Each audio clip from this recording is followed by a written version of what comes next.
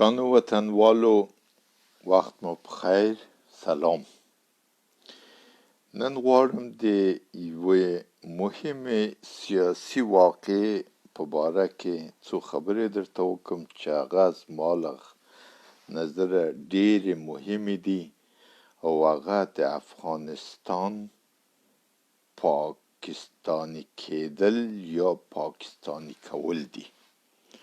څو ورځې مخکې ما واورېدل چې د افغانستان ملي بیرغ او ملي سرود دواړه واړول شول. د بیرغ په ځای باندې یوه سپینه تیکه چې لا اله الا الله محمد رسول الله پې نوشته د هغه راغلل او د ملي سرود په ځای باندې بم کوم شی راوځي، کوم عربي مقوله یا حدیث یا آیت هر څه چې و. نو دا یو ډېر مهم ګام و چې موږ خپل ملي هویت د ملت په حیث بایلولو. د موږ نه اوس هر شی جوړېدلی شي او په موږ باندې هر څوک اوس ادعا کولی شي، هر رقم ادعا کولی شي. موږ هویت نه لرو. لا اله الا الله محمد رسول الله دا کوم هویت نه دی، دا کلمه ده، دا موږ ملي بیرغ نشي کېدلی. نو خیر، په هر صورت اوس نو دا د پاکستان دپاره اهمیت نه لري چې کله د موږ مملکت د پاکستاني یوه صوبې یا ایالت په رقم راشي، نو که لا اله بیرغ وي او که نه وي او که بل بیرغ ولري هېڅ اهمیت نه لري، لکن موږ به د دوی د دولت یو جز وګرځو. او په دې برخه کې اصلا طالبان څه فکر نه کوي او نه کولی شي، ځکه هغه د مذهب په تریاکو باندې لیونیان دي، هغه د مذهب په تریاکو مست دي. په ټوله دنیا کې یو ملک نشته چې بیرغ لا اله الا الله محمد رسول الله وي، یو څه شی نور وي ورسره، یو بل نښان لري چې یو ملي خصلت لري، او دغه موږ چې یو داسې بې فکره یو، هیڅ نظر نه لرو، او د خدای تعالی لږ چې احمقان ډېر خوښ دي، ځکه هغه سوال نه کوي، پوښتنه نه کوي، فکر نه کوي، انتقاد نه کوي. او دا د خدای تعالی دپاره ډېره اسانه پادشاهي ده چې ووایي کن او فیکون شي، چې وایي وشه نو وشي. او دغه حال اوس په افغانستان کې راغلی دی. نو د دغو سره سم چې اوس فکر وکړي، طالبان په دې اخته دي چې وایي په 20 کاله دلته امریکایان راغلي وو، قتل و قتال یې وکړل، ټول شیان یې خراب کړل، د مابینه یې یوړل، او څه چې پاتې ده ټوله خرابي ده. چې دا په حقیقت کې یو تعداد نه چې ډېر حقیقتونه هم وجود لري، دولتونه د امریکایانو په مصلحت راغلي وو، دغو په نظریه راغلي وو، دغو نه رهبري و راهنمایي کېدل چې چا به سر وغړاوه هغه یې د مابینه وړل. په دولت کې ډېره رسوایي وه، رشوت وه، د حقوقو ضیاع وه، او خصوصا په هغو کې دغو د یوه ګروپ چې د لنډغرو په نامه یادېده، خپل ځانونه یې داسې پکې چاق کړل چې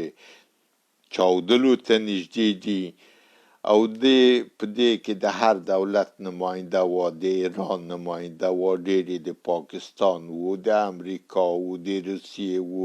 او زه نه پوهېږم چې نور به د کومو ځای وو، امکان لري د ترکیې به هم وو، د عربي مملکتونه هم وو. دغو سره د ملت او د خلکو غم نه وو، دغو سره د ځان غم وو. لکه دا اوس چې تاسو وینئ د دوی قصرونه، د دوی میلیونونه میلیاردونه،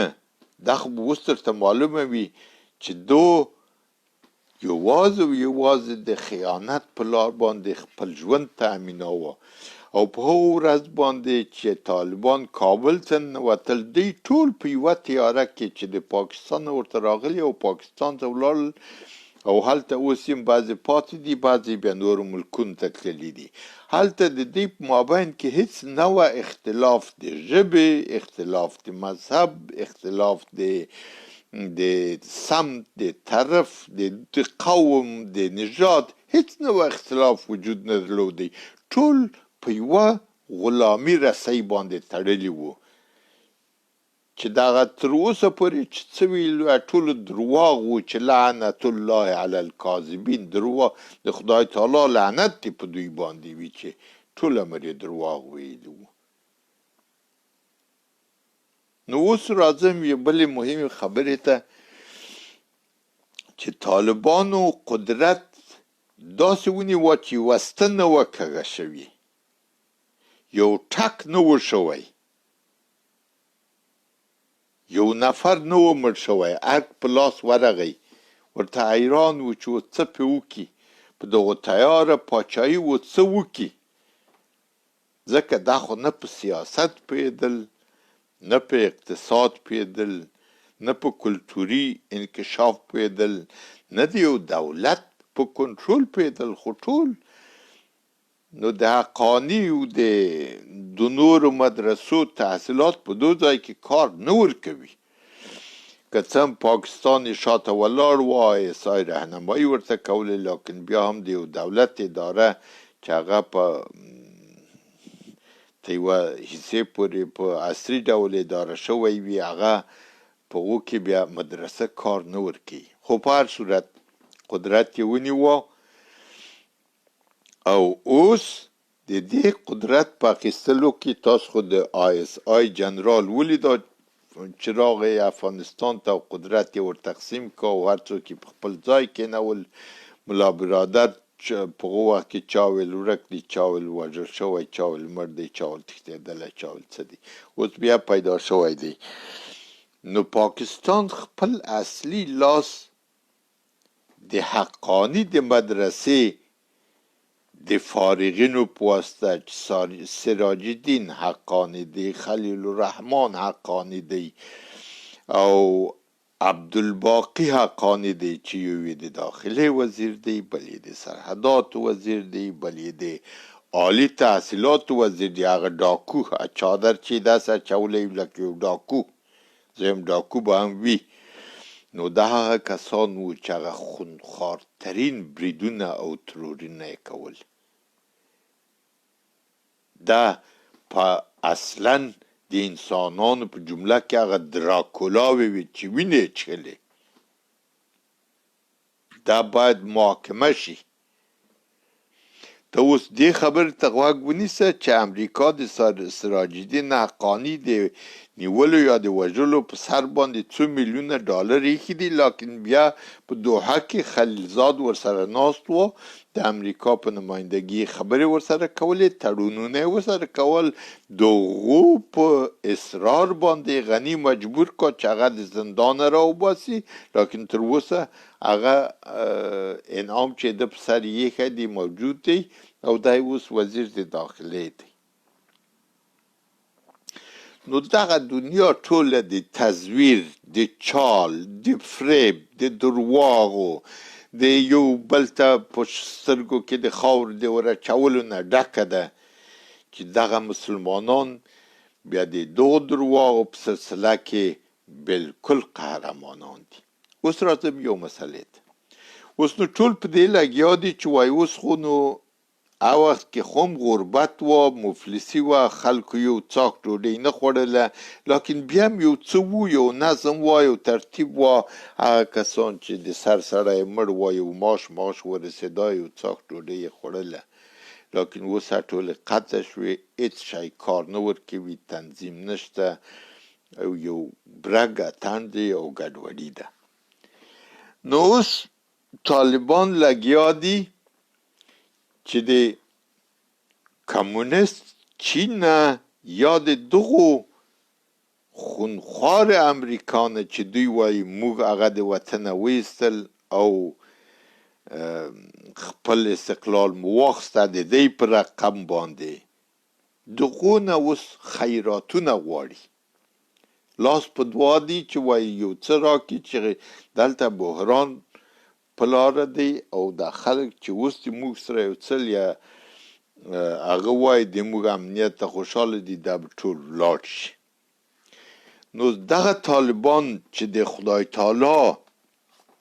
ته نامه لاندې یې جنگ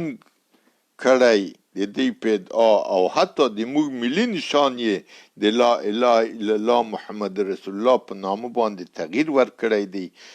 اوس دا ولې د خپل خالق او روزي رسان نه روزي نه غواړي؟ که چیرې هغه رښتیا روزي رسان وي خو باید چې په قرآن او دغو په کلم باندې اعتبار ولري. خدای تعالی چې د طالبانو جنگ دغو د حکم او دغو د عدل د پاره واغه وایي په سورت زاریات کې په 55 آیه کې وایي چې وما خلقت الجن والانس الا لیعبدون، ما پیریان و انسانان له دې پرته چې زما بندگی وکړي د بل څه کار لپاره نه دي پیدا کړي. نو طالبان و څه د بایدن او د کمونیست چین دروازې ټکي چې تاسو خو یو څه د خوراک دپاره راکړئ چې بیا مړه نه شو، تاسو خو یو څه موږ سره کومک وکړئ، د موږ سره مرسته وکړئ، که نه وي بحران ته درومو او بیا نو در په در شو. خو دوی ویني چې خلکو ته ډوډۍ ورنکړي تنها په لا اله خو یې تکیه کولی نه شي. نو د خدای تعالی په کلام کې همدغه د زاریات په سوره کې 50 آیت دی، هغه داسې وایي ما اريد منهم من رزق وما اريد ان یطعمون، زه له هغو څخه له دغو جن او انس نه څه روزي نه غواړم او نه دا غواړم چې هغوی ما ته خواړه راکړي. نو بیا وایي چې ان الله هو الرزاق ذو القوة المتین، دا 58 آیت دغو زاریات د سورې دی چې پښتو معنی داس ده چې بېشکه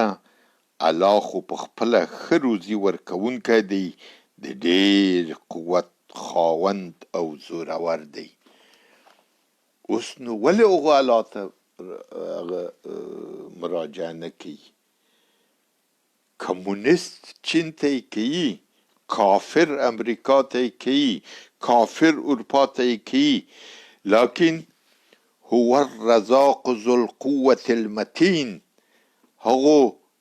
ذات ته چې ډېر قوت لري او زورور دی هغو ته یې نه کوي. آیا طالبان کافر شوي دي؟ آیا په دې قرآن باندې عقیده لري که نه لري؟ نو ولې هغو ته رجوع نه کوي؟ هغه کن فیکون په یوه ثانیه کې ټول شیان هغه برابرولی شي. نو ستاسې د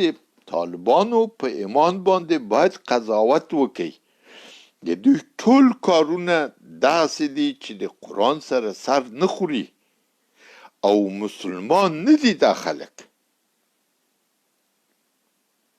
د دې په خبرو باندې اعتبار کول ډېره لویه خطا ده. د قرآن شریف په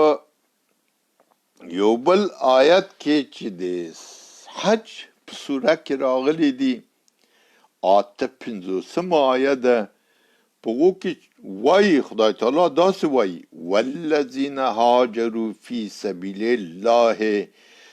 ثم قتلوا او ماتوا لیرزقنهم الله رزقا حسنا وان الله لهو خیر الرازقین. وایي او کومو کسان چې د الله په لاره کې هجرت وکړ بیا ووژل شول یا په خپل مرګ مړه شول، الله به هغو ته غوره روزي ورکړي او بېشکه یوازې الله ډېر ښه روزي ورکوونکی دی. نو په دو باندې طالب اوس ایمان لري که نه لري؟ باید چې طالب نه سړی پوښتنه وکړي چې آیا په دې باندې ته ایمان لرې او که نه لرې نو د دې خاطره دا یو مهم سوال دی چې آیا طالبان مسلمان دي په خدای او د خدای په کلام باندې اعتبار لري که نه لري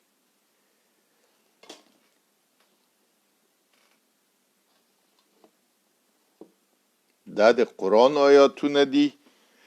دا د ځانه نه دي جوړ شوي او د دې پوښتنه باید سړی له طالب نه وکړي همدارنګه د مؤمنون په صورت کې په 22 آیه کې خدای تعالی وایي چې ام تسألهم خرجا فخراج ربک خیر وهو خیر الرازقین آیا ته له دوی څخه اجر غواړې د امریکایي او د کمونیست چین او د کمونیست روسیې نه دا خدای تعالی درته وایي ای احمقه ښه غوږ ورته ونیسه ام تسألهم خرجا فخراج ربک خیر آیا ته له دوی څخه څه اجر غواړې وهو خیر الرازقین ستا لپاره ستا د رب درکړه ډېره ښه ده او هغه ډېر ښه روزي ورکوونکی دی نو ته په دې عقیده لرې که نه لرې ای درواغجنه ای منافقه ای د قرآن دښمنه د الله دښمنه دغه آیاتونه دي دا د الله کلام دی او داسې ښکاري چې ته په هغو عقیده نه لرې درواغ وایې او دغه درواغ د افغان ملت اوسېدونکو ته یې وایې ځکه ته پوهېږې چې هغه سواد نه لري هغه نه پوهېږي او د هغو سره کلشنکوف نشته او ته په کلشنکوف ورته ولاړ یې چې دا باید ومنئ ای د چپلکو قهرمانه که دغه ولس در وپوهېدلو او یو څو امر د نور هم داسې په لوږه او مرض کې وساتلو دغه چپلکې او کلشنکوف دې په نس در ننه باسي او تنها په لا اله سره یې نشي کولی چې دا مملکت اداره کړي که چیرې ته اوس په دې نیشه کې وي چې کابل ونیوه و خو دې نه نیوه په لاس یې درکړ په دې کې امکان لري د امریکایانو لاس به شامل وکنه نیولی دې نه شوی په چپلکو خو دې نه شوی نیولی 20 کاله د جنګ وکاوه دې نه شوی نیولی درواغ وایي خلکو ته درواغ وایي دا د چپلکو پادشاهي به دې در خلاصه کړي تا چې ټول زور ورسېږي نو راشئ د ښځو ګوره د ملل متحد نه د هغه د منشور په اساس باندې خپل حق غواړي چې که چیرې یو مملکت په بحران کې داخل شو نو ملګري ملتونه مجبور دي چې دغو سره بېله قید و شرط کمک وکړي او ته 50% زیات نفوس د دو مملکت چې د موږ میندې خویندې اولادونه دي ته ظلم لاندې ساتي او ته د غوب سرنوشت فیصله کوي چې دا د مکتب ته ولاړ شي دا د نه ځي د ادارې ته اجازه ده د ادارې ته اجازه نه ده بیعقله د تا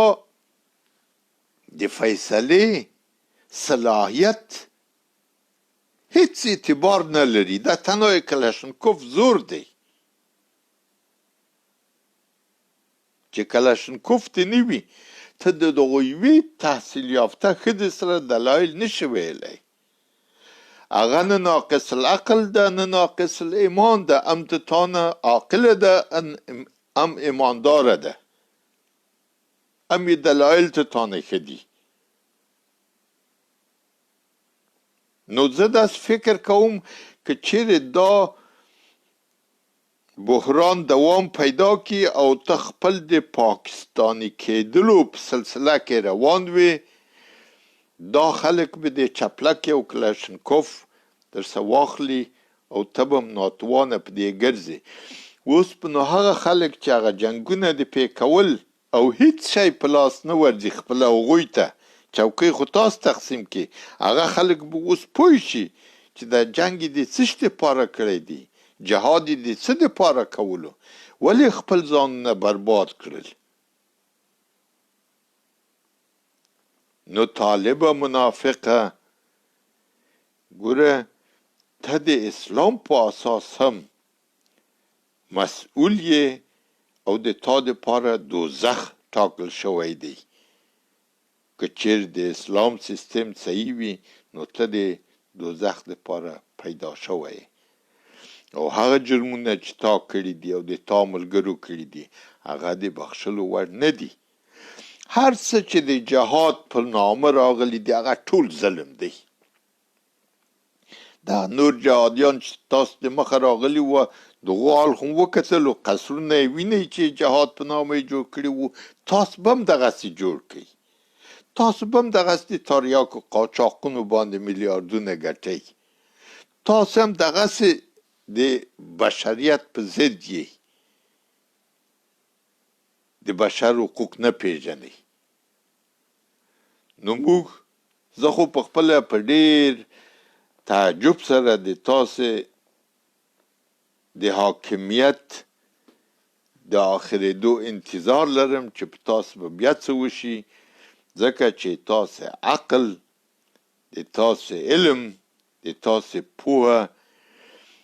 د سیاستمدارانو پوهه نه ده او د تاسو نه به دا وړۍ شړۍ نه شي. ګران دوستانو، د تاسو د حوصلې نه چې ما خبرې مو واورېدې مننه. ورځ مو په خیر.